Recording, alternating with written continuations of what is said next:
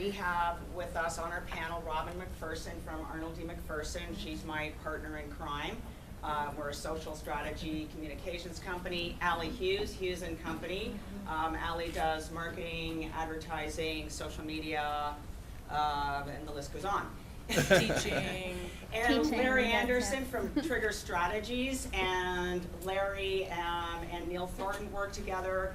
They do a lot of marketing. Larry's going to be talking about marketing and content today with a social customer and reaching a social customer, and they also work on sales training and business development.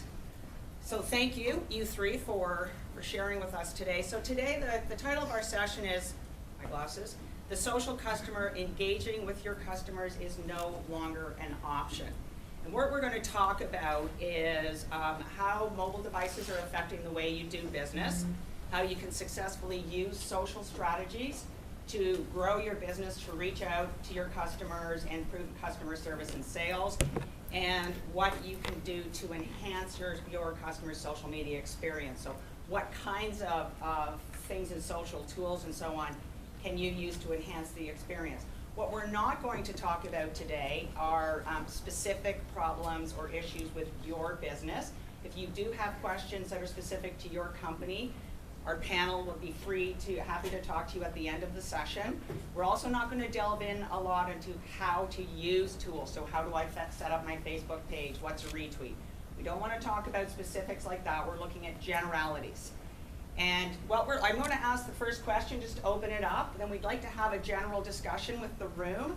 So I will open it to questions. Please stand up, and we've got a pretty full room here. So if you have a question, please stand up. Would you tell us your company name and whether you're using social media or not in your company? Just introduce yourself to the room and then ask your question. We have a little microphone up here that's trying to pick up the whole room, so if you can yell as loudly as you can so we can pick it up on the microphone. So to start, I'm going to ask a very general question, and I'm going to ask all three to answer, which is, how do they define the social customer? Who exactly is the social customer? And Robin, I'll start with you. Okay. I'm going to ask a question. How many in the room have used a smartphone, an iPad, or a computer to research a product that they were going to buy? Okay, so pretty much everyone. Have you read a blog post about, to try and find information? Okay. How many of you have asked friends on Facebook, Twitter, LinkedIn about buying a product, a company, a place to visit? Okay. Your social customers. Everyone who comes into your business, everyone you engage with in your business, they are social customers. Okay. Nice. Thank you. Perfect. Thank you. The social customer didn't just start with social media. We've always had social customers, and we're either social customers ourselves or we watch social customers interact with businesses all the time. They're the people who walk into a store and don't just get asked, how are you, but ask, how is the person who's working in that store? They're the people who engage with products when we see them, the people who have lots of questions about what's happening, the people who turn into the evangelical marketers that build the referral service for our businesses. Social media gives those social customers new platforms to shout their brand love or dislike from a rooftop. So all of a sudden, we're giving these people who are passionate consumers the opportunity to disseminate their messages to captive audiences through a number of different mediums, and it's a really important thing to know. So the social customer's always been there. They're just more powerful today than they've ever been before. Nice projection, by the way. That was well done. Could everybody hear Allie okay? That was good. Oh, that's great. Excellent. First of all, good morning, everybody. Thanks for coming. And thank you to the Greater Niagara Chamber, too, for putting this on. I think this is a great event. What is a social customer? Well, I agree with Allie and Robin. It's a human being that wants to connect with other human beings. That's really what it is. I've heard social media is the ability to connect with thousands and millions of people, but really what it is it's P2P is what we call it, person to person. That's really what social media and what the social consumer is they're trying to connect with other people and find commonalities and find people they can trust. And find people that they can make a connection with. That's really what the social consumer is. And how that ties over to a brand is, if you are simply promoting a message, here's our 99-cent deal of the day, you're not going to be social, you're not going to be that connection that that person wants to get in touch with. If you're a person, if you are a business of people, then you will be part of that social connection and that social consumer phenomenon. Thank you. Love it. I'll open it up to the room. Does anybody have a question to start with for our panel? No, don't be shy. Okay, well, I will ask the next question then, and I'm going to ask about mobile. And we all hear about mobile technology, mobile, but exactly how is mobile changing the relationship between a business and its customer? And Larry, can you start that one with us? Sure. By the way, I know nothing about technology. I don't know why they really asked me to be on this panel, other than I know a lot about marketing, I guess. So anything technology-wise, the gurus at the end of the table here will answer it. You tweet, Larry. I do tweet. I understand what a tweet is. But mobile, to me, what the biggest factor is that your message can be in front of your customer anywhere, at any time. But more important, they can access you anywhere at any time. That's the biggest part of mobile, is they can find out information about you. They can find out things maybe you don't want them to know about you anywhere at any time. We've had some clients where they'll tell us that customers are walking in today into our store or calling us on the phone, and they know more about our product than I do. Have you ever experienced that? Your customers are very well educated. They really know their stuff. It also can lend to the other side where they're misinformed. There's a lot of misinformation out there, and they'll walk in saying, this is what I've been told about this, so it's got to be true because it was on the internet. We've all seen that. So to me, mobile is about 24/7, anywhere, anytime, and you need to be accessible 24/7, anywhere, anytime as well. Is there someone here who's using mobile technology in their business, whether it's through an app offering specials on a mobile, or are you using an iPad to connect with your customers? So it's a really, really good thing. You're all in the room. Would you like to tell us anything about it? I saw your hand there. Oh. We use it a lot for our, with Niagara College. We use it a lot for our recruitment and our outreach. And so we use mobile apps when we do lead generation, for example, collecting leads, communicating with leads, gathering information from their prospective clients or influencers. Great. And you find that is really... It's huge. It allows us to actually communicate much quicker with them. It also protects their security, their privacy as well.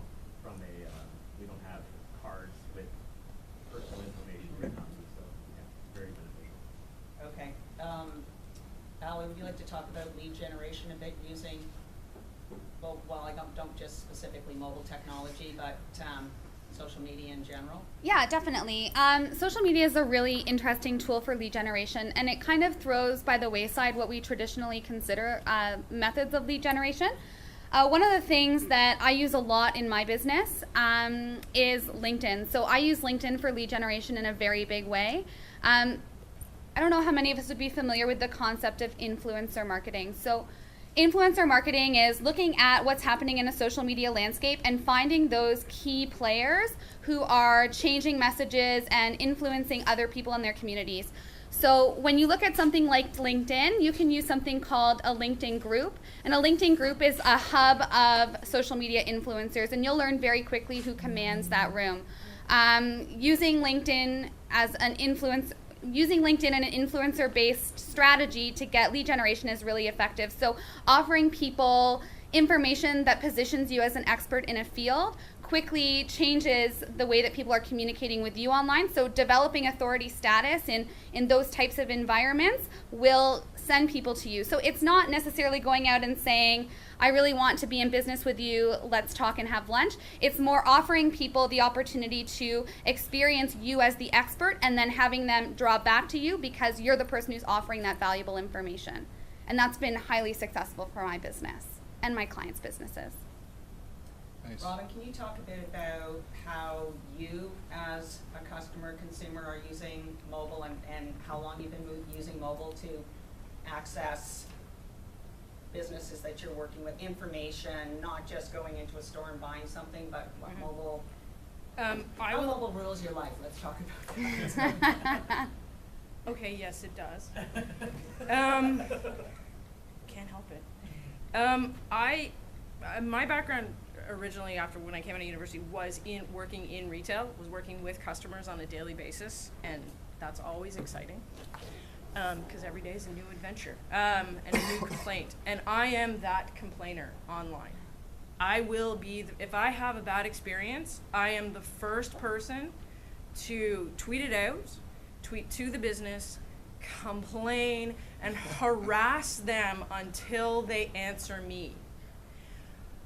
They usually answer, well, if they don't answer me, I will continue to complain and complain and complain. I am your worst nightmare. I am happy when they respond with, we'll look into it. I may have spent the last 24 hours complaining, angrily getting angrier and angrier, and if I get a tweet that says, we're gonna look into it, I'm happy now. That's all that, that's what people want. And I don't expect people to respond within seconds. I know that businesses, people are busy and all that kind of stuff. But, so it doesn't have to be within the moment. I like it if it is, but yes, I complain, and I use it to complain. But I also use it to connect with businesses and social influencers and people that I would like to do business with. Mm-hmm. And the advantage of whether it's mobile, whether it's Twitter, whether it's mostly Twitter for me, is if I called them, they're never going to answer the phone.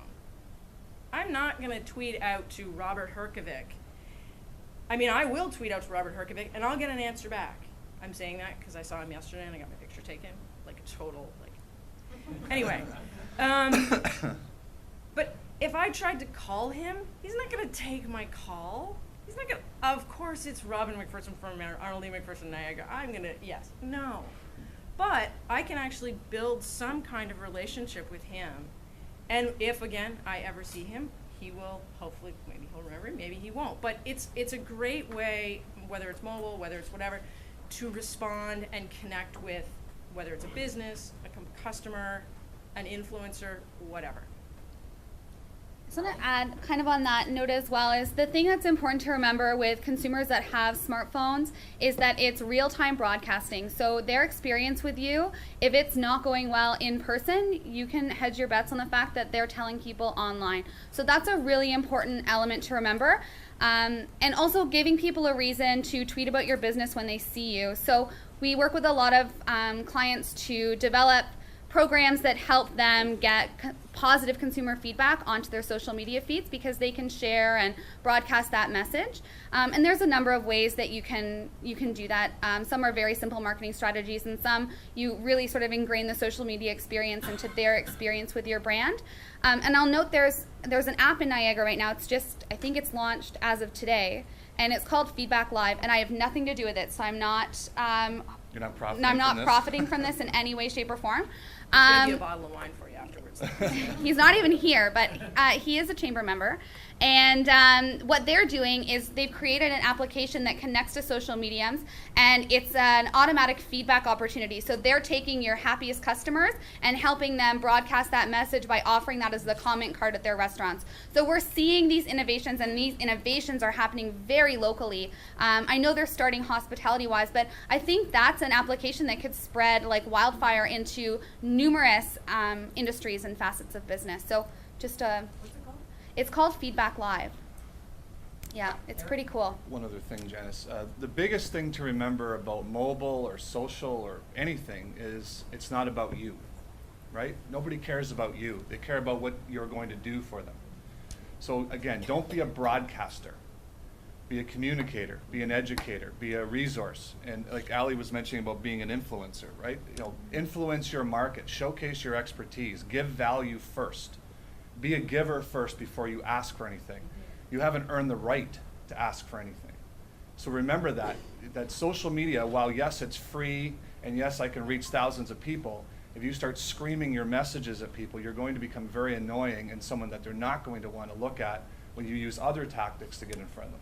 So it's not about you, it's about what you can do for the people you're communicating with. And one of the greatest lessons Neil ever taught me is give away your knowledge. Give it away for free. Because there are no more trade secrets.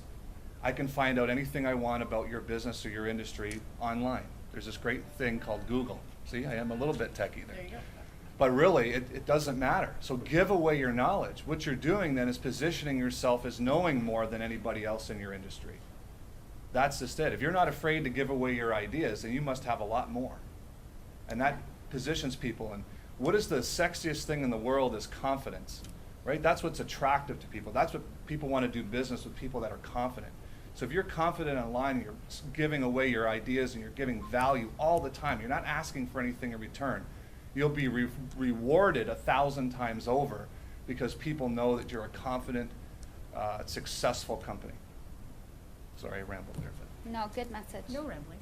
Do we have a question? Still. Yes? I'm Rob Allen, Astral Radio. When is it a good idea for companies, if they're creating an app, the difference between companies that charge for the app download and companies that don't charge for the app download? Can you touch on both aspects and the Yeah. benefits of? I'm just going to repeat that question. So the question is, if a company is creating an app, what is the benefit of creating an app that's a free download versus an app that is a pay-for download? I can talk. Oh, you want to Go talk? ahead. Jump in, Allie. I was going to say, I think the popular wisdom has changed. So before it was everybody downloads free apps because no one wants to pay the 99 cents, right? But then everybody who has those free apps is bombarded with clunky advertising and slow user interfaces because they're not working exceptionally well. So if you're going to do a free app, it has to be content you're willing to give away. The other thing is the perceived value on behalf of the consumer. So are you offering the consumer things that they feel like they should pay for? So I know it's 99 cents, and we pay way more than 99 cents for a professionally frothed latte, but I mean, really, right? But people do have this, I mean, it's attached to their iTunes account or to their I mean, I use an iPhone, whatever your app store is on your Samsungs. I don't know. Something other than an iPhone? I don't know. Something other I'm than an Apple iPhone? too. I I'm not didn't sure. know there was any other I companies. don't think they connect as well. Anyway, so if you're offering really specialized knowledge, so there's lots of applications out there that are offering information that is exclusive to a particular industry, so you buy into that because you're passionate and you want to know. So it depends. I mean, I assume you're from Astral, you're using it as a broadcast medium. Yeah, I'm also asking on behalf of the clients who may be wanting to create their own app. Yeah, so I think it is very industry specific, but I don't think that paying for an app is any longer a frowned upon thing. It used to be difficult for people to sell their apps, and now it's a much more common occurrence. I also think it depends on what the app will allow me to do, and is it a conduit to other things with your company. Yeah. So if it's an introductory app to get me going and get me started with something that's easy to use for you, but that will allow me to get more ingrained with your company and want to buy other services, then it may be a free service that you want to put on an app. But again, Allie's right with the cost of market now being so much lower to develop apps. Consumers are not worried about, like you said, paying for a cup of coffee for an app. But I think you have to really get to understand your customer first. And it doesn't matter what tool you're using, whether it's social media, app, or website, whatever. Understand the people you're trying to reach and really find out what's important to them, how do they want to be communicated with, what things are troublesome to them, what things are they interested in, what are the pathways they take to buy, how do they think, what questions do they ask. All of those things, really dive into that first, then it will tell you whether or not your app is something that you could just give away to get people talking to you and communicating with you, or if it's something that you should use as a revenue stream. Would you have any examples of apps as lead generators? I'm trying to think of. Well, all apps are technically lead generators, Yeah, all right. generators, Examples of specific- really, specific, because you yeah. have to register them and get set up with them. A specific example. I would- Joe would have What I would 1,000 of use. these at his session this Yes, Joe afternoon. will have 1,000 at his session. Yes, when is that session? There's a this session you afternoon. should visit. Yeah, there's a session this afternoon We'll with Joe plug our Jones. colleague. At 11 o'clock, there's a presentation called There's an App for That, and that's being presented by Joe Jones, who's from Symmetric Productions. And he works in application development and is extremely knowledgeable on apps. So he will Yeah. answer your questions for sure. I can't think of one off the top of my head. Anyone that says log in with Facebook is a lead generating app. Robin? No, I think Angry Birds is a. I was gonna say app Angry for- Birds is the one that when It's you a- talk. it is. It's a yeah, lead I mean, generation They gave app. away you get the free version, and you cannot help You yourself. play 12 games and then Right. you're addicted. You You have to buy the next one for 2,000. the next one, and then you buy the space one, and then you Yeah. buy the Star Wars one, and you buy the Rio one, and that pretty much. They did have to build about 55 apps before they actually got to Angry Birds. That didn't make any money, but if you haven't, I think the other thing to consider now too is whether you're going to do what's known as a native app or a non-native app. And again, Joe will talk a little bit more about that, but that's the idea. Do you develop an app that's an iPhone app downloaded from iTunes, or an Android version downloaded from Marketplace? I'm not sure what they call that now. I know, I Or don't do you know. develop a web-based app that's It's so available bad. on that, BlackBerry, across all platforms? So that's another big question you have to ask yourself about app development. And then you're right, whether you tier them. So you can have your little freebie, and then you can go to 99 cents, which is less than 2.5 lattes, I believe. And Depends on where you go. Like 4. it would depending on the size, yeah. I have 4 apps for 1 latte. Yeah. Okay, well, I'm going to move on to marketing strategy and how important it is to incorporate marketing strategy, so social media into your marketing strategy, and how that strategy differs from a social side to, the more regular, I call it bricks and mortar advertising, but newspapers, television, if you're doing that kind Traditional. of advertising. Traditional, thank you. Larry, why don't we start with you? That's your area of. Oh, okay. I'm a big believer that you need to have 4 components to your marketing strategy, no matter what business you're in. You need to have a traditional side where you're using some type of traditional media to get out to the general public, be it radio, be it print, billboard. You need a direct component, whether that be email, direct mail, or a sales force of some kind, making face-to-face connections. You need a website that is the hub of everything you do and all of your content. And then you need a social communications part of it as well. And I think you need all 4 because, number one, consumers consume information differently.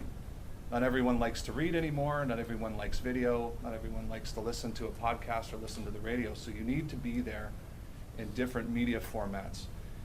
Secondly, all of those formats allow you to reach a wider audience, but at the same time, pull people into your website so you can start to connect with those people that are really interested in doing business with you. And your website is really the only place you can truly control your message. Facebook, Twitter, et cetera, own your content once you place it with them. They can throw ads on your page. We had a client where they had a YouTube ad playing and their competitor's ad was below their YouTube video.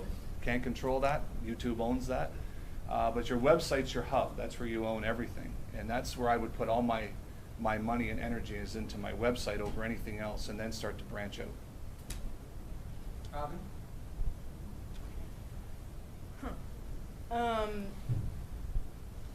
To me, it's a key component of any strategy, of any strategy, marketing strategy. I guess from my perspective is the planning that goes into it. That it can't just be, oh, we need a Facebook page. Oh, we need a Twitter account. Oh, we need a Pinterest account. We need an Instagram account. You can go there and you can go, bah, and throw up everything onto those places. But if you don't know how you're going to connect them together, how they're going to stand alone, you're just going to have a whole lot of mess happening. And it's important to understand the audience for each of the various and many social channels that are out there. And you also have to, as part of the plan, think about all of the possible scenarios. What happens if something goes horribly wrong with there's a complaint? How are we going to deal with that? What if something goes horribly, fantastically right, and all of a sudden you are getting thousands of people visiting your Facebook page or tweeting to you? it's putting that plan in place and making sure that the structure within your business, your organization, can actually handle what will and could happen. And that is probably the hardest part. It's easy to put a Facebook page up. It's easy to put a Twitter account up. It's easy to start using all of them. But when you have to, especially in a larger business, and you have a customer service department, or you have a sales team, or you have a marketing team, or you have whatever kind of team you have, if those internal teams and those internal silos are not broken down, you're going to have one group that's going to say, social media is mine. And often it's going to be the marketing department, but that's not going to work because your customer service department's not going to have that access. We worked with a client, and to them, social media was only sales. Had nothing to do with customer service. Had nothing to do with any other department. And in a meeting, we sat there and saw the customer service head actually shushed. Like, yeah. We'll get it's social media's fine. We got it covered. Except the customer service team, they were the ones dealing with every single complaint. And they didn't know about all these complaints or all these questions that were being asked on those social channels. So by all means, use social, use it, but before you jump into it, make sure that it's not just the marketing department or the marketing team that's using it or driving it to connect with your customers. Make sure that everybody is using it. And if you don't have buy-in from the top, you're going to have a struggle. Yeah. Because if the top, if the president, if the CEO, if the whoever doesn't believe it's going to work or thinks that it's just like, yeah, something we got to do, you are going to really struggle to make it a success.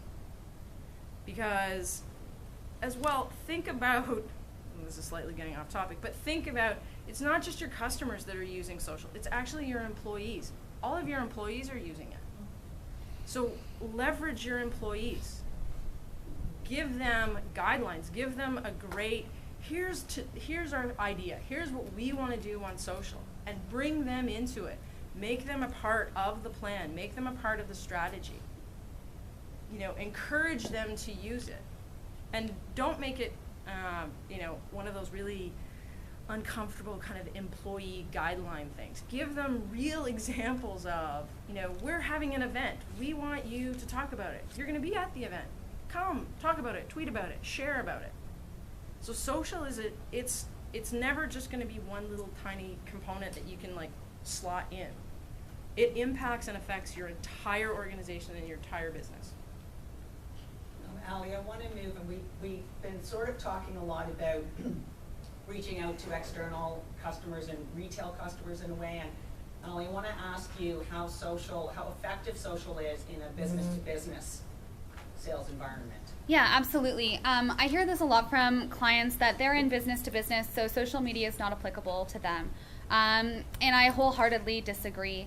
What I was talking about before in the authority building, using authority building as a strategy is really important when it comes to business. You want to position yourself as a leader in your field. So knowing where to look for valuable information and being able to share that information is a key component in driving a business-to-business strategy from social media. If you are the go-to person and you are who people want to be connected with to know something about a particular industry, that's where people are going to go. And if you think that the people who are working at those businesses aren't on social media, you're wrong. All of those employees are using social media, and you want to be hitting them before it's ever decision-making time. You want to be the authority long before that conversation happens in their office. So, from that perspective, it's very, very important. On the other side of things, using social media as a company enables you to follow your competition and to know what your competition's up to. I say this to businesses all the time. If you have a competitor that's doing amazing things on social media, you better wake up and watch what they're doing. Watch what those key messages are. See what they're saying to consumers that are driving interaction and engagement, because, they're laying out the blueprint for you. They're telling you what's working and what not to do. If we're not paying attention to what our competition's doing, and believe me, business to business is online, Janice and Robin actually just did a really great blog series called The Social Customer, and they focused on, was it Meithner? Maersk. The shipping. Talk about that. Okay. She knows more about it. She did the research, and it's amazing. Allie's now taken over my job. Yeah. Good job. That's why I work for myself. So Maersk, the shipping container company, we all, you see them on the canal, you see them, whatever, boats going by, trains. They decided in 2011 that they were going to get involved in social media. They listened for a year before they decided to set up any social channel. They went and they paid careful attention to their competitors. They paid attention to, they asked their customers, which is a crazy idea, I know. Actually asking your customers, how would you like us to communicate with you? Crazy, I know. They then set out their plan. They developed the internal team. They have an advisory board with all different departments involved. So they sit down regularly, they talk about the plan, they talk about what's working, and today they have a Facebook page, Twitter account, Instagram, Pinterest, they blog. On Facebook, I believe it's over 1 million people have liked their page. Really, think about it. It's a shipping company who, they take awesome pictures, they take awesome, they tell their story. And they've done something that I always look for when I look at a business on Facebook, is they've actually filled out their timeline. They've actually gone back and added content from the start of the company. You can go onto Facebook and you can actually backdate posts to, I believe, 1905. So good for you if you can get there. But they've given an entire history. And the history isn't all great. It's not, we're the most awesome company. I mean, they've talked about hard times that they've had when they had to close shipyards down or things down, or they had an accident where a ship was involved in an accident. They talk about it all, but they're totally open to it. They have over, I think it's 500,000 people following them on Instagram. I highly recommend it if you like ships, to follow them. I'm not a big ship fan, but the pictures are cool. They're from all over the world. They tweet, they have Pinterest account. They have done a phenomenal job. And they were named last year the #1 social media campaign in Europe. The key being, in my opinion, they listened. They spent time listening. So they got it right. It doesn't mean that, oh my God, I haven't really listened, I'm on social media, I haven't listened, but make listening a component of your strategy. Whether it's analytics or however you choose to do it, you can use, there's lots of monitoring and measurement tools out there. We can name them afterwards if you want to know. But listen, because listening is the biggest part of social. If you don't listen, if you just push out and spew, I don't care.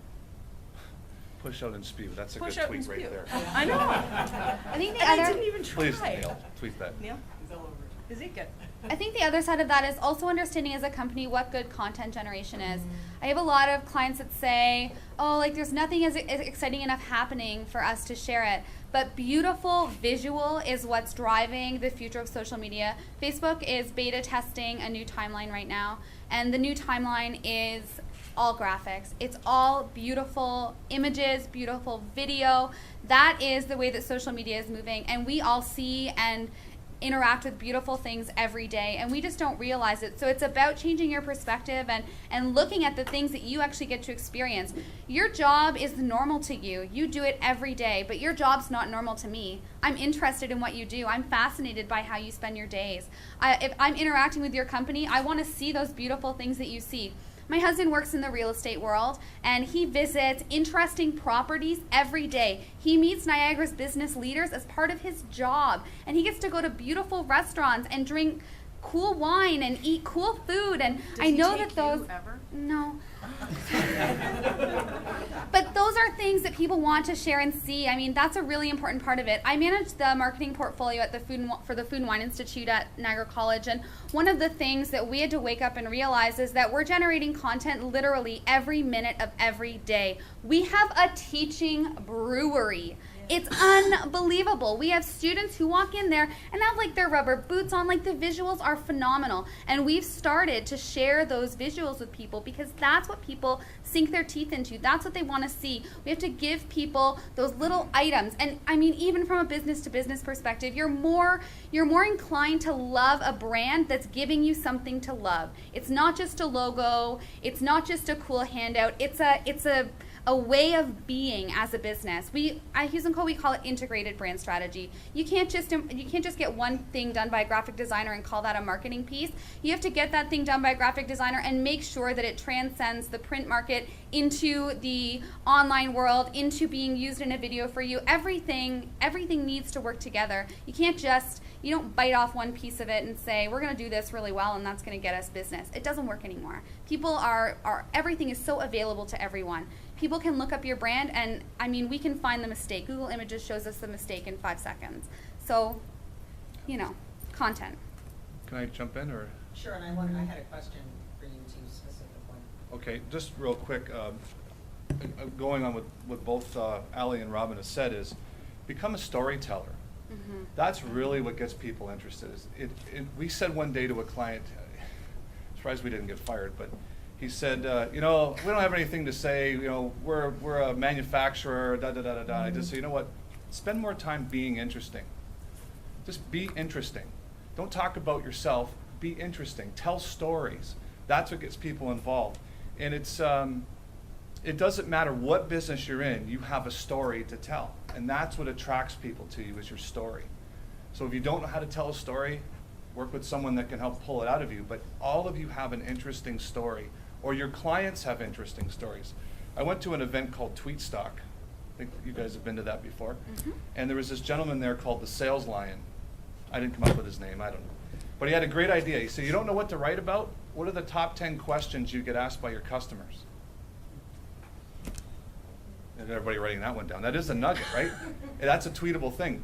Top 10 questions you get asked. There are 10 pieces of content you can create that you know are relevant to your audience. That's what it's all about. Like Robin said, listen. The more relevant you are, the more important you are, right?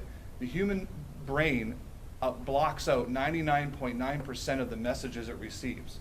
We have thousands of messages coming at us every day. We have this little ninja in our brain that goes, wah, wah, and he blocks them all out of the way. He only lets in what's relevant. Anybody buy a new car recently?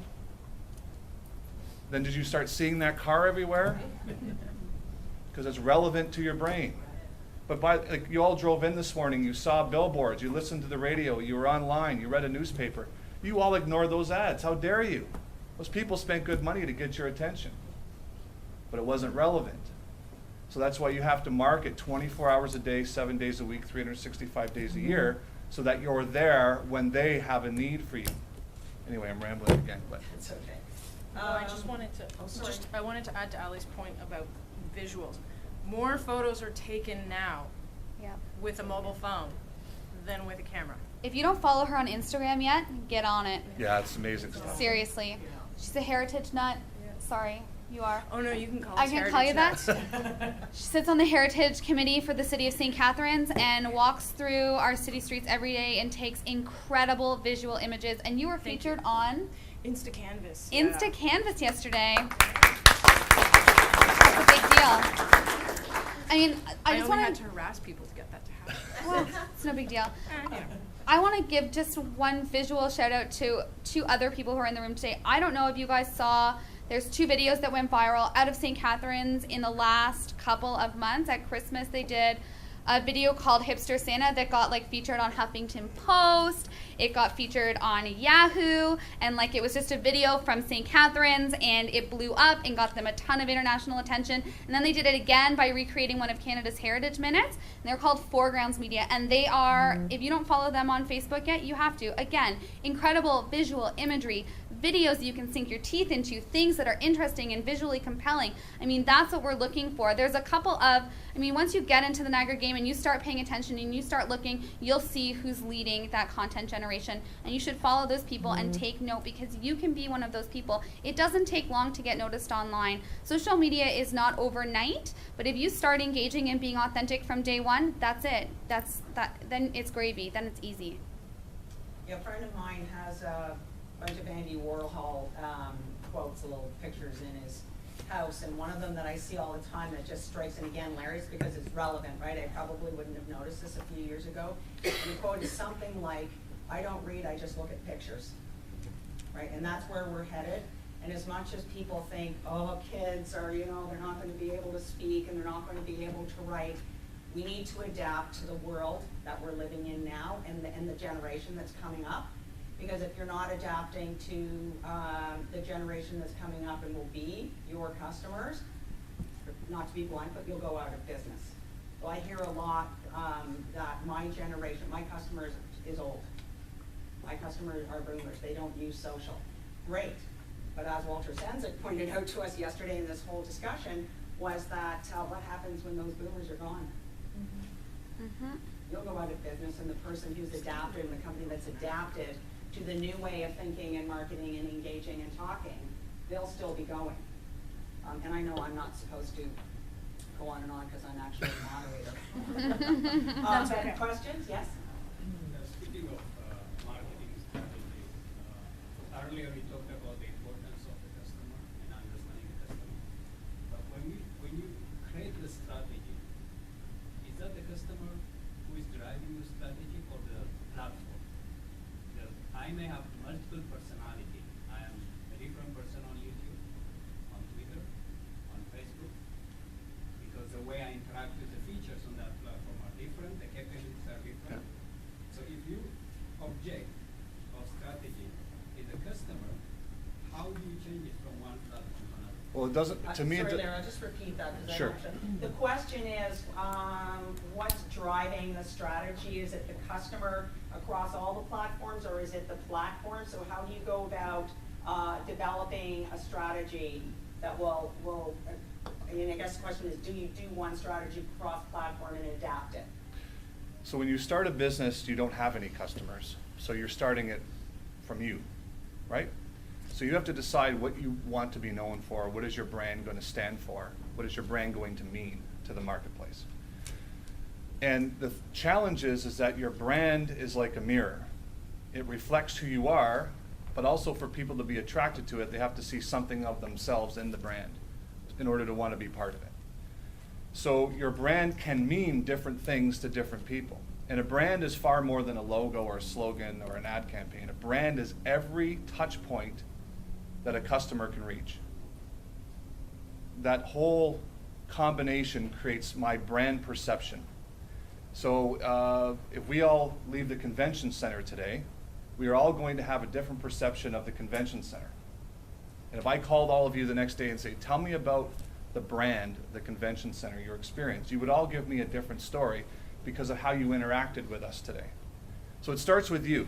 You have to answer that question, what do I want to be known for? What do I want to be when I grow up, right? What do I want to mean to my marketplace? And while I believe your brand never changes, your messaging changes by platform. But your brand is always, still has to be true to itself.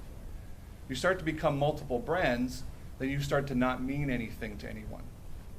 And it's okay to be unpopular. It's okay to not appeal to everyone, right? That's what successful companies do. Apple, we all love Apple, but there's some people in this room that don't. I can't figure out why. I don't know. Maybe I they're don't just get stupid. it. No, just kidding. But not everyone loves Apple, but Apple means something to the people that connect to it. But you can take that all the way down to a grocery store, to a restaurant. There are local restaurants where people say, oh, I'm not going to go there because I can't relate to it. Where others, people flock to that type of restaurant. So it doesn't matter the size of your business, it's what is your brand known for and what do you want to be known for, and are they the same thing? A lot of people want to be known for something, but because of what they've done in the market, they're not known for that. So you have to answer that question. And then make sure your brand is always true to itself, but your platforms speak in different messages. I think that's That's the advice I'd give.